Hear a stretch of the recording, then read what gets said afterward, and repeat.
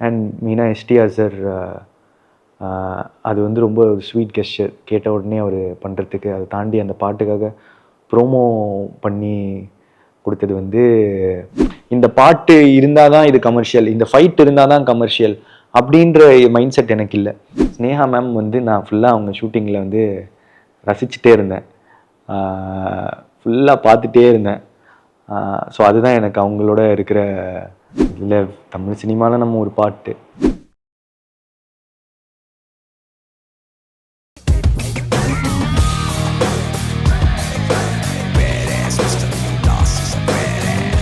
Tamil cinema வந்து next 5 இயர்ஸ்ல எப்படி இருக்குன்றது உங்களோட பார்வையில எப்படி பாக்குறீங்க? நான் எப்படி இருப்பேன்னு எனக்கு அடுத்த 5 வருஷத்துல தெரியல. ஒரு 5 வருஷமும் நம்ம கையிலே அன்பிரடிக்டபிளாக இருக்குது லைஃப். இதில் தமிழ் சினிமாவில் நம்ம ஒரு பாட்டு, ஒரு சின்ன இடம், இதில் தெரியல சார். ஃபியூச்சர்ல நீங்க நடிக்கிற படத்துலயோ உங்க ஸ்கிரிப்ட்ஸ்லயோ மாடர்ன் தமிழ் யூத் கல்ச்சரை வந்து இன்கார்பரேட் பண்ற மாதிரியான ஒரு விஷயம் உங்க ஸ்டோரி டெல்லிங்ல இருக்குமா? உதாரணத்துக்கு இப்ப இன்னைக்கு வந்து ஒரு கே ஃபிலிம்ஸ், சோல்மேட் ஃபிலிம்ஸ் ஜாஸ்தி ஆயிடுச்சு. ஸோ இது ஒரு கலாச்சாரம்னு ஒரு விஷயம் போயிட்டு இருக்கும்போது, இன்னைக்கு மாடர்ன் தமிழ் யூத் கனெக்ட் ஆகிற மாதிரியான விஷயங்கள் உங்க ஸ்கிரிப்ட்ல வந்து ஃபியூச்சர் படங்கள்ல இருக்குமா? எல்லா விதமான மக்கள், எல்லா ஏஜ் கேட்டகரி, எல்லா ஒர்க்கிங் கிளாஸ் கனெக்ட் ஆகிற மாதிரி கதைகள். ப்ரொடக்ஷன் காஸ்ட் இன்க்ரீஸ் ஆகிறதுனால உங்களோட கிரியேட்டிவ் எங்கேயாவது அஃபெக்ட் ஆகும்னு நினைக்கிறீங்களா? இல்லை, அது கொஞ்சம் நமக்கு ஃப்ரீடம் தான் இன்னும் தரும். என்ன யோசிக்கிறது, என்ன வேணால் ஷூட் பண்ண முடியும், இன்னும் பட்ஜெட் அதெல்லாம் இருந்தால். ஸோ பெட்டர் தானே. இன்னைக்கு தமிழ் சினிமாவில் விஎஃப்எக்ஸ், ஆர்டிஃபிஷியல் இன்டெலிஜென்ஸ், விர்ச்சுவல் ஸ்டுடியோன்றது தவிர்க்க முடியாத ஒன்றா ஆயிடுச்சு. இந்த இனோவேஷனை நீங்கள் எப்படி பார்க்குறீங்க? அதான் ஃப்யூச்சர்னு நினைக்கிறேன். நம்ம ஒரு டெக்னாலஜி வரும்போதும் அதுக்கு அடாப்ட் பண்ணிக்கிறது தான். ஃபில்ம் கேமராலேருந்து டிஜிட்டல் ஆச்சு. டிஜிட்டல் வரும்போது இப்போது அதுக்கு அடாப்ட் பண்ணி எல்லாமே போயிட்டுருக்கு. அதுதான் ஈஸியராகவும், இப்போ எத்தனை டேக்ஸ் வேணால் எடுக்கலாம் அந்த இடத்துக்கு வந்திருக்கும். இப்போது கேமரா இல்லாமையே நிறைய விஷயத்தை உருவாக்க முடியுது. அதான் ஏஐஎன். இப்போது ஏஐ மூலமாக, கம்ப்யூட்டர் கிராஃபிக்ஸ் மூலமாக, வர்ச்சுவல் ஸ்டுடியோஸ்லாம் வந்து அந்த டைம்லேயே நம்ம பார்க்கலாம். சிஜி அண்ட் ஆர்டிஸ்ட் ஒன்றா வச்சு பார்க்க முடியும். ஸோ இதை எப்படி பார்க்குறேன்றத விட இதுக்கு அடாப்ட் ஆகிறது better. Short film director, IT worker, director, hero, இப்போ ஹீரோவா 3 படங்கள். இந்த பயணம் எதை நோக்கிய பயணம் உங்களுக்கு? சினிமாவில் ஒரு ஸ்டார் ஆகணும்னு நினைக்கிறீங்களா, இல்லை ஆக்டர் ஆகணும்னு நினைக்கிறீங்களா? ஸ்டார். எனக்கு வந்து என் படத்தில் செலிப்ரேஷன் அந்த இதெல்லாம் தான் பிடிக்கும். அவங்க ஆக்டிங் ஸ்கில்ஸு, அந்த இது பல வேஷங்கள், அதெல்லாம் எனக்கு அவ்வளோ இது இல்லை. மக்கள் வந்தாங்கன்னா ரொம்ப என்டர்டெயின் பண்ணி அவங்க தேட்டரில் கத்தி ஜாலியாக இருக்கிறது, அதெல்லாம் தான் அவங்களோட செலிப்ரேஷன் தான். லவ் டுடே டிராகன் தற்கால சமூக பிரச்சனைகளை பிரதிபலிப்பதாக இருக்கிறது என்று எல்லாரும் சொன்னாங்க. பொழுதுபோக்கு அம்சங்களை தக்க வைத்துக் கொண்டு உண்மை தன்மையை எவ்வாறு பிரதிபலிக்கிறீர்கள்? அந்த இந்த மெயின் இது வந்து என்டர்டெயின்மெண்ட், பொழுதுபோக்கு, அதுதான் மெயின்.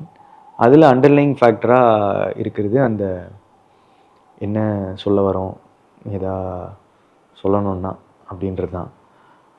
ஸோ மேஜர் க்ரைட்டீரியாவாக என்டர்டெயின்மெண்ட் தான் இருக்கும். பட் தீம் ஃபிக்ஸ் பண்ணிட்டு ஒர்க் பண்ணுவேன். என்ன சொல்லணும், அதை எப்படி என்டர்டெய்னிங்காக சொல்லலாம், அதான் நம்மளோட ஃபர்ஸ்ட்டு ரூல். என்ன சொல்லணுன்றதை முடிவு பண்ணதுனால எல்லாத்துலேயும் அது இருக்கும். ஆனால் இது என்டர்டெயின்மெண்ட் மூலமாக எப்படி சொல்லலாம் அப்படின்னு யோசிப்பேன். ஒரு யங் ஃபிலிம் மேக்கரா தமிழ் சினிமாவில் எந்தெந்த துறையில் மாற்றங்களை ஏற்றுக்கொள்ள வேண்டும் என்று நினைக்கிறீங்க? தமிழ் சினிமான்னு இல்லை, எல்லாத்துலேயும் எல்லாமே மாறிட்டே தான் இருக்கும். நம்ம அடாப்ட் ஆகிறது தான் லேர்னிங். கற்றுக்கிட்டே இருக்கணும். கற்றுக்கிட்டே இருந்தால் எல்லாத்துக்கும் கொஞ்சம் அடாப்ட் ஆகிட்டு இருக்கலாம். சினிமா இப்போது நம்ம ஒர்க் பண்ணுற பீப்புள்லேருந்து அவங்க ஏஜ் மாறிட்டே இருக்கும். அவங்களோட இப்போ எனக்கு ஒரு வருஷம் போகும்போது என்னோட ஏஜ் ஏறிட்டு இருக்கும், என் கூட சேர்றவங்களோட வயசு கம்மியாக இருக்கலாம். ஸோ அந்த ஜென்ரேஷன் இது இருக்கும். நான் பெரியவங்களோட ஒர்க் பண்ணும்போது அவங்களோட மைண்ட் செட் டிஃப்ரென்ஸ் இருக்கும். இது ஹியூமன்ஸ் அதுக்குள்ளே. அதை தாண்டி டெக்னாலஜி மாறிட்டே தான் இருக்குது. எனக்கு தெரிஞ்சு கற்றுக்கிறது, லேர்னிங், அதை கான்ஸ்டண்ட்டாக வச்சுட்டே இருக்கணும்னு நினைக்கிறேன். உங்களோட ஸ்டோரி டெல்லிங்ல கமர்ஷியல் ஆஸ்பெக்ட்ஸை எப்படி பேலன்ஸ் பண்ணணும்னு நினைக்கிறீங்க? இப்போ கமர்ஷியல் படம் தான் எடுக்கிறேன், அதில் ரொம்ப கிளியர். ஸோ இப்போ ஃபார் எக்ஸாம்பிள் ஒரு சாங்கு வைக்கணும் அப்படின்னா முடிஞ்ச அளவுக்கு அந்த சாங் வந்து அந்த ஃப்ளோ ஆஃப் த ஃபில்மை வந்து அஃபெக்ட் பண்ணுதா அப்படின்னு பார்ப்பேன். அப்படி அஃபெக்ட் பண்ணுதுன்னா அந்த சாங் இருக்காது. பட் இருந்தால் படம் என்டர்டெய்னிங்காக இருக்கா? என்டர்டெய்னிங்னா எனக்கு கமர்ஷியல். இந்த பாட்டு இருந்தால் தான் இது கமர்ஷியல், இந்த ஃபைட் இருந்தால் தான் கமர்ஷியல் அப்படின்ற மைண்ட் செட் எனக்கு இல்லை. படம் என்டர்டெய்னிங்காக இருக்குது, வெகுஜன மக்களுக்கு. கமர்ஷியல்னால் என்ன? விற்கக்கூடிய பொருள், அதுதான் கமர்ஷியல்னு சொல்லுவோம். விற்கக்கூடியதாக இருக்கிறதுக்கு இதெல்லாம் இருக்கணும் அப்படின்னு சினிமாவில் இல்லை அப்படின்னு தான் நான் நினைக்கிறேன். ஸோ அதனால் அது விற்கக்கூடிய பொருளாக வர்றதுக்கு என்னெல்லாம் பண்ணணும் அப்படின்றது மட்டும்தான் மைண்ட் செட். இதுதான் பேலன்சிங். சுவாரஸ்யமாக இருக்கா, என்டர்டெய்னிங்காக இருக்கா ஒரு சீனும், அவ்வளோதான் பார்க்குறேன். இன்னைக்கு வந்து ஓடிடி வந்து ஒரு முக்கியமான விஷயமா இருக்கு. இந்த ஓடிடி பிளாட்ஃபார்மோட வரவு உங்க ஃபிலிம் மேக்கிங் டிசிஷன்ல ஏதாவது மாறுதலை ஏற்படுத்துதா? இல்லை, அந்த பிஸ்னஸில் தான் கொஞ்சம் குழப்பம் இருக்கும். கொஞ்ச நாள் முன்னாடி அந்த பட்ஜெட் அண்ட் இது வந்து அதிகமாக இருந்துச்சு. ஏன்னா ஓடிடியோட பிஸ்னஸ் வந்து ரொம்ப பெருசாக இருந்துச்சுன்னு சொன்னாங்க. இப்போது வந்து திரும்பி ஓடிடி கிராஷ் ஆகி இருக்கிறதுனால பிஸ்னஸ் கம்மியாக இருக்குன்னு சொல்கிறாங்க. ஸோ அதனால் இது எப்படி தேட்ரிக்கல் அதிகமாகுதா? இது பிஸ்னஸ் ஆங்கிள் தான் இருக்குமே தவிர்த்து க்ரியேட்டிவ் ஆங்கிள், அதான் பிஸ்னஸ் ஆங்கிள் தான் இருக்குமே தவிர்த்து க்ரியேட்டிவ் ஆங்கிளில் எந்த இதுவுமே பாதிக்கலை. டிராகன் இந்த படத்தில் வந்து ஒரு 5 மியூசிக் கம்போசர்ஸ் வந்து பாடியிருக்காங்க. சிலம்பரசன், யுவன் சங்கர் ராஜா, அனிருத், பிரதீப் குமார், சிட் ஸ்ரீராம். இந்த 5 பாடல்களும் 5 மியூசிக் டைரக்டரோட பாடினது பத்தின உங்களோட ஃபீலிங் என்ன? சிட் ஸ்ரீராம் வந்து எனக்கு என்னை விட்டு உயிர் போனாலும் பாடினாங்க, பாட்டு பெரிய ஹிட்டு. அதே அஸ்வத்துக்கு வந்து கதைப்போமா பாடினாங்க, ரொம்ப பெரிய ஹிட்டு. இப்போ எங்களுக்கு வழித்துணை கிட்டத்தட்ட அது ஒரு ட்ரீம் சாங் மாதிரி. ட்ரீம் சாங் தான் அதோட சிச்சுவேஷன். ரொம்ப அழகாக இருக்குதுன்னு நாங்கள் ஃபீல் பண்ணுறோம். அண்ட் யுவன் சார் வந்து டைரக்டர் வந்து ஒரு டிவைனான வாய்ஸ் இருந்தால் நல்லாயிருக்கும் இதுக்கு அப்படின்னு சொன்னாங்க. ஒரே ஆப்ஷன் தானே இருக்குது, யுவன் சார் தான். ஸோ அதனால் அவர் பாடினா சூப்பராக இருக்கும்னு நினச்சோம். அவர் ஒன்று பாடியிருக்காங்க. அதுக்கப்புறம் பிரதீப் குமார் இது வந்து எனக்கு வேறு சில ஃபேவரட்ஸ் தான் இருந்துச்சு படத்தில். ஆனால் வந்து பிரதீப் குமார் பாடின பாட்டு வந்து இப்போது கேட்கவே அப்படியே நிம்மதியாக இருக்குது. It is one of my most favourite songs இந்த ஆல்பம். அண்ட் அப்புறம் அனிருத் சார் பாடினது வந்து we are very thankful for him. இந்த பிஸி ஷெட்யூலில் எங்களுக்கு டைம் ஒதுக்கி பாடினதுக்கு it means a lot. And மெயினாக எஸ்டிஆர் சார், அது வந்து ரொம்ப ஒரு ஸ்வீட் கெஸ்டர். கேட்ட உடனே அவர் பண்ணுறதுக்கு, அதை தாண்டி அந்த பாட்டுக்காக ப்ரோமோ பண்ணி கொடுத்தது வந்து அவரோட இந்த படத்தில் இந்த நம்ம பண்ணுறதுனால என்ன கிடைக்கும் அதுன்னு யோசிக்காமல் என்ன கொடுக்கலாம் அப்படின்னு யோசிச்சா இதுதான் அதில் ரொம்ப இருக்கிறதுலே ஸ்வீட்டான விஷயம். Thank you STR sir. யா, உங்கள் லைஃப்பில் நடந்த டிராகன் மூமெண்ட் என்ன? Dragon moment, okay. டிராகன் மூமெண்ட்னா ஓகே, டிராகன் மூமெண்ட் வந்து நான் ஒரு ரிலீஸ்க்கு 2 நாள் முன்னாடி என்னோடய ஆன்சர் ஷீட் வெளியே விடுவேன். நான் வந்து ஒரு டெஸ்ட் பேப்பரில் வந்து கொஞ்சம் கதையை எழுதி வச்சுருந்தேன். அதை மேம் வந்து பார்த்துட்டு, நீ நல்லா கதை எழுதுகிற, நீ போய் படம் எடு அப்படின்னு சொல்லி அதில் எழுதி வச்சுருந்தாங்க. ஆனால் அது இப்போ உண்மையாக இருக்குது. அதை நான் வந்து போஸ்ட் பண்ண போகிறேன் சோஷியல் மீடியாவில். அப்போ பாருங்கள். டைரக்ஷன்ன்றது மறந்து போகாத ஒரு விஷயம். அதை எப்ப வேணா பண்ணிக்கலாம். நம்மள ஹீரோவா ஒத்துக்கிட்டாங்க. அதனால அதை தொடர்ந்து பயணிக்கலான்றதுக்காக நடிக்க ஆரம்பிச்சீங்களா? இல்ல பேசிக்கலா நடிக்கணுன்றது தான் மெயின் அப்படின்றது ஒரு ஐடியாவா? நடிப்பில் வந்து மக்களோட அன்பு வந்து ரொம்ப அதிகமாக இருக்குது. எனக்கு அது ரொம்ப பிடிச்சிருக்கு. அவங்க வந்து பேசும்போது, அவங்க நம்மளை ஸ்க்ரீனில் பார்க்கும்போது அவங்க சந்தோஷப்படுறது, அது அது எனக்கு இன்னும் ரொம்ப சந்தோஷத்தை தருது. அதனால தான். இந்த படத்துல வந்து ஒரு டிஏஜிங் இல்லாம கிளீன் ஷேவ் ஸ்கூல் பாயான ஒரு விஷுவல்ஸ் இருந்தது. அந்த எக்ஸ்பீரியன்ஸ் எப்படி இருந்தது? நான் ஒரு ஷார்ட் ஃபிலிம் 5-6 வருஷம் முன்னாடி, 7 வருஷம் நினைக்கிறேன், முன்னாடி பண்ணும்போது இந்த மாதிரி ஷேவ் ஃபுல்லாக க்ளீன் ஷேவ் பண்ணிட்டு பண்ணியிருந்தேன். இது டிஏஜிங் அதெல்லாம் பண்ணல, ஜஸ்ட்டு ஷேவ் பண்ணிட்டு பண்ணது தான். எனக்கு ஐ திங்க் ஜாலியாக தான் இருந்துச்சு. நான் ரொம்ப நாளாக ஷேவே பண்ண மாட்டேன், ரொம்ப சின்ன பையன் மாதிரி தெரியும்னு சொல்லிட்டு தாடி வச்சுட்டு இருக்குது. கோமாளியில் வளர்க்க ஆரம்பித்தேன். ஏன்னா ரொம்ப சின்ன பையன் டேரக்டரு அப்படின்னு அது ஒரு மாதிரி இருக்கும்னு சொல்லிட்டு கொஞ்சம் பெரிய பையனாக தெரியணும்னு தாடியோடு தான் இருக்கிறது. அதுக்கப்புறம் ரொம்ப ரேராக தான் இப்போ நான் ஷேவ் பண்ணேன். ஸோ இதுக்கு ஷேவ் பண்ணும்போது ரொம்ப நாள் கழித்து என்னை அப்படி பார்த்தது எனக்கே நல்லா இருந்துச்சு. இந்த படத்தோட விழாவில் வந்து உங்க காலேஜ் டீச்சரை பார்க்கப்போ ஒரு எமோஷனலான கனெக்ட் ஆச்சு. அந்த தருணம் என்ன? ரெண்டாவது, ஒரு சப்டைட்டில்லாம் இல்லாத காலத்திலேயே வந்து நீங்க ஒரு லைவா வந்து அதோட சப்டைட்டில் ஒரு விஷயம் பண்ணீங்க அப்படின்ற மாதிரியான ஒரு விஷயத்த சொன்னாங்க. ஸோ ஒரு டைரக்ஷன் பண்ணணும்ன்றதுதான் முடிவு எடுத்துட்டு படிப்படியா ஒரு துறையிலையும் வந்து தேர்வு பெற்று இதுக்கு வந்தீங்களா? அந்த மூமெண்ட்ஸை நீங்களே செதுக்கி கொண்ட தருணம் என்ன? இப்போது 2015 கிட்ட நான் வந்து சினிமா அப்படின்னு கிட்டத்தட்ட முடிவு பண்ணிட்டேன். எனக்கு ரொம்ப பிடிச்சது சினிமாவாக இருந்துச்சு. ஸோ காலேஜ் ப்ராஜெக்ட்டுன்னு வரும்போது மோஸ்ட்டாக எல்லாருமே வந்து வெளியே அந்த ப்ராஜெக்டை கொடுத்து கொஞ்சம் காசை கொடுத்து பண்ணிட்டு எடுத்துகிட்டு வருவாங்க. ஆனால் எனக்கு நான் இதை சினிமா சம்மந்தமாக எதாவது பண்ணணும்னு ஆசைப்பட்டேன். நான் ஐடியில் படிச்சிருந்தேன், நிறைய படங்கள் பார்ப்பேன். அந்த டைம்லலாம் ஒரு டைமும் அந்த சப்டைட்டில்ஸ் இதுக்காக நான் வந்து சர்ச் பண்ணி கிடைக்காது. அப்போ ஏன் வந்து நம்ம ஜென்ரலாக பேச ஆடியோ ரெக்கக்னிஷன் மூலமாக வந்து சப்டைட்டில்ஸ் ஜென்ரேட் ஆனால் நல்லா இருக்குமே அப்படின்னு அப்போது நினச்சிட்டு இருந்தேன். அதுக்கான எடுத்த ப்ராஜெக்ட் தான் அப்போ பண்ணேன். ஆனால் இப்போ வந்து 2009 வருஷத்தில் அது உண்மையிலே நடக்க ஆரம்பிச்சிருச்சு. யூடியூப்லலாம் வந்து அப்படியே லைவாக ஜென்ரேட் ஆகுது. டெக்னாலஜி பயங்கரம் வளர்ந்துச்சு. அப்போ நான் ஜஸ்ட் அதோட ஸ்டார்டிங் டீசஸ் அதெல்லாம் பண்ணி இனிஷியல் ஸ்டேஜஸ் ரொம்ப எரரோட தான் நிறைய ஜென்ரேட் ஆகும். இனிஷியல் ஸ்டேஜ் ஆஃப் இது ஒரு பேசிக் அமெச்சர் என்ன பண்ணுவாங்களோ அதை ட்ரை பண்ணேன். Love today friends gang, dragon friends gang என்ன டிஃப்ரென்ஸ் இருக்கு? ஃப்ரெண்ட்ஸ்னால் எப்போவுமே எந்த டிஃப்ரென்ஸும் இல்லைன்னு நினைக்கிறேன். ஃப்ரெண்ட்ஸ் எப்போவுமே ஒரே மாதிரி தான். ஃப்ரெண்ட்ஸ்.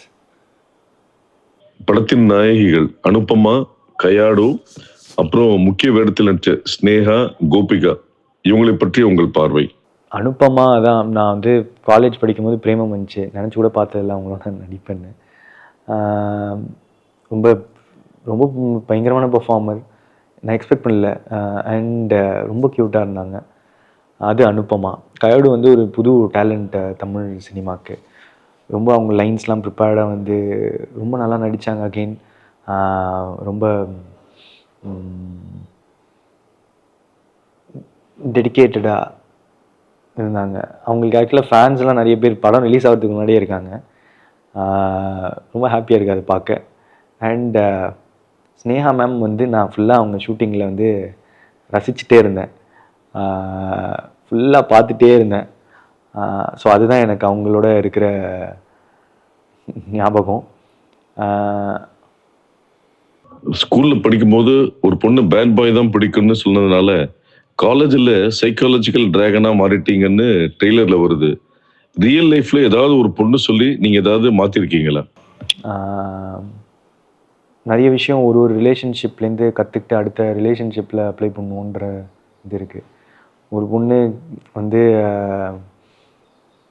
இப்போது நீ வந்து நிறைய ஃபார் எக்ஸாம்பிள் ஃபிக்ஷனாக போகிறோம், என்னோட கதையே இல்லை. நீ ரொம்ப லேட்டாக வந்துட்டே இருக்க, நீ ஒரு இம்பார்ட்டன்ஸே தர மாட்டேங்கிற அப்படின்னு பிரேக்கப் பண்ணிட்டாங்கன்னா அடுத்த ரிலேஷன்ஷிப் போகும்போது மோஸ்ட்டாக அந்த பையன் சீக்கிரமாக போய் நிற்பான், இல்லை ரொம்ப இம்பார்ட்டன்ஸ் தருவான். இப்போது அந்த பொண்ணு இப்போது சொல்லலாம், நீ என்ன ரொம்ப ரொம்ப இம்பார்ட்டன்ஸ் எனக்கு தெரியும், எனக்கு இது பிடிக்கவே இல்லை, அட்டென்ஷன் கொடுக்காத, எனக்கு கொஞ்சம் கம்மியாக அட்டென்ஷன் கொடுன்னு. இப்போது அந்த பையன் வந்து என்ன பண்ணுறது, இதுக்கு முன்னாடி பண்ணுறது கரெக்டாக இப்போ பண்ணுறது கரெக்டாக அப்படின்னு சொல்லிட்டு தவிப்பான். இந்த மாதிரி விஷயங்கள்லாம் நானும் வந்து அண்டர்கோ பண்ணியிருக்கேன்.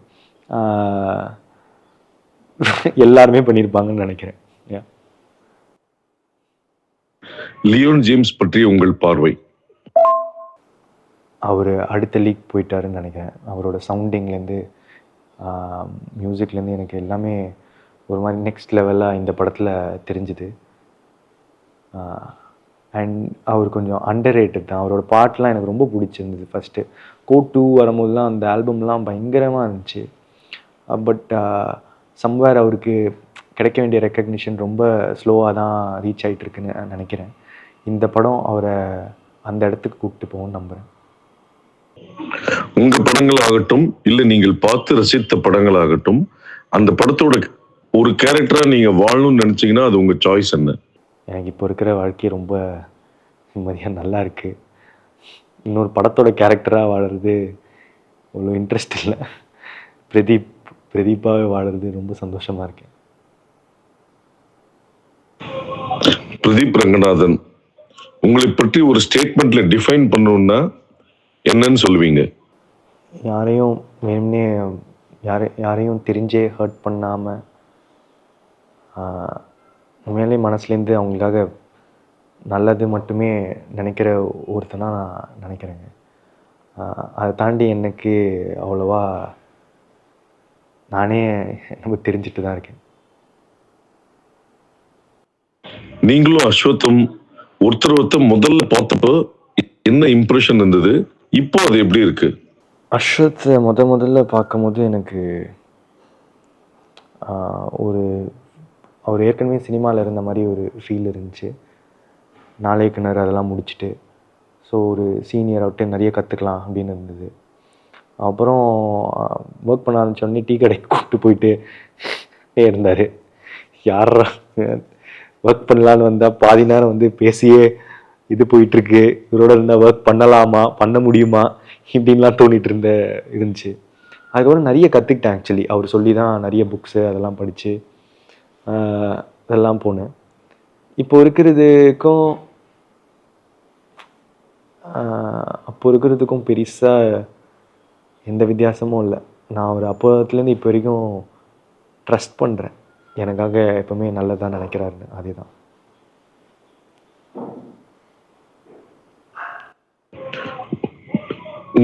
நீங்களும் அஸ்வத்தும் 2 பேர்ல யார் அதிகமாக ஃபோன் யூஸ் பண்ணுறீங்க? லவ் டுடே மாதிரி உங்கள் 2 பேரோட ஃபோனை எக்ஸ்சேஞ்ச் பண்ணுற ஒரு சுச்சுவேஷன் வந்தால் பண்ணுவீங்களா? அஸ்வத் இல்லை, யாரு கூடயும் பண்ண மாட்டேன். அவர் ஃபோன் யார் யூஸ் பண்ணுறான்னு எனக்கு தெரியாது. அதிகமாக நான் இந்த ஷூட்டிங் அதெல்லாம் போனால் ஃபோன் யூஸ் பண்ணுறதில்ல. அதனால் மேபி மொத்தமாக ஆவரேஜாக பார்த்தா நான் கொஞ்சம் கம்மின்னு நினைக்கிறேன். டிஓபி நிக்கத், கோஆர்டிஸ்ட் சித்து, ஹர்ஷத், இவர்களை பற்றி உங்கள் பார்வை? நிக்கத்தோடு நான் எப்போவுமே ஒர்க் பண்ணணுன்னு பார்த்துட்டு இருந்தேன், ஆனால் அது அமையவே இல்லை. ஆனால் இப்போ 2 படம் தொடர்ந்து ஒர்க் பண்ணுறேன். அவரோட ஒர்க் எனக்கு அவ்வளோ பிடிக்கும். அதை தாண்டி அவரோட பர்சனாக ரொம்ப பிடிக்கும். It's gentleman. நான் அவர்கிட்ட நிறைய தடவை அதை சொல்லியிருக்கேன். அவர்கிட்ட நிறைய குவாலிட்டிஸ் நான் வந்து கற்றுட்ருக்கேன். ஒரு விஷயம் நல்லா இருக்குன்னா அதை அப்ரிஷியேட் பண்ணுறதும், அவரோட ஸ்லாங், அவரோட பாடி லாங்குவேஜோ இதுவோ ஐ லவ் இட். நான் அதுலேருந்து அடாப்ட் பண்ணிப்பேன். அண்ட் விஜய் சித்து நான் ஏற்கனவே சொல்லியிருந்த மாதிரி உழைச்சா ஒரு விஷயத்தை கன்சிஸ்டண்ட்டாக பண்ணிகிட்டே இருந்தால் வாழ்க்கை மாறுன்றதுக்கு அவர் ஒரு எக்ஸாம்பிள். அண்ட் ஹர்ஷத் வந்து அவரோட ஒர்க் பண்ணுறது செம்ம ஜாலியாக இருந்துச்சு, ஃபன்னாக இருந்துச்சு, என்டர்டெய்னிங்காக இருந்துச்சு. இதை தவிர படங்கள் பற்றி என்ன சொல்லணும்னு நினைக்கிறாரு? அதுக்கப்புறம் டிராகன் படத்தை ஸ்டூடெண்ட்ஸ் மட்டும் இல்லாம ஃபேமிலி ஏன் பார்க்கணும் உங்கள் பார்வையில்? இந்த கேள்விக்கும் பதில் வாங்கிடுங்க. டிராகன் வந்து ஒரு பேக்கேஜ். நீங்கள் அதில் எல்லா எமோஷன்ஸும் பார்க்கலாம், சிரிக்கலாம், ஃபீல் பண்ணலாம், கொஞ்சம் மோட்டிவேஷனலாக இருக்கலாம், சாங்ஸ் பார்க்கலாம், ஃபைட் பார்க்கலாம். அதனால் அது ஒரு என்டர்டெய்னர். ஃபேமிலிஸ் ஏன் பார்க்கலான்னா, இதில் அந்த அப்பா அம்மா வேல்யூலேருந்து அவங்க பசங்க எப்படி இருக்கணும், சக்ஸஸ்னால் என்ன, ஃபெயிலியர்னால் என்னென்னு வாழ்க்கைக்கு ஈஸியாக கொஞ்சம் எடுத்துக்கிற விஷயங்கள் இருக்குது. அதனால் எல்லாருக்கும் பிடிக்கும்னு நினைக்கிறேன்.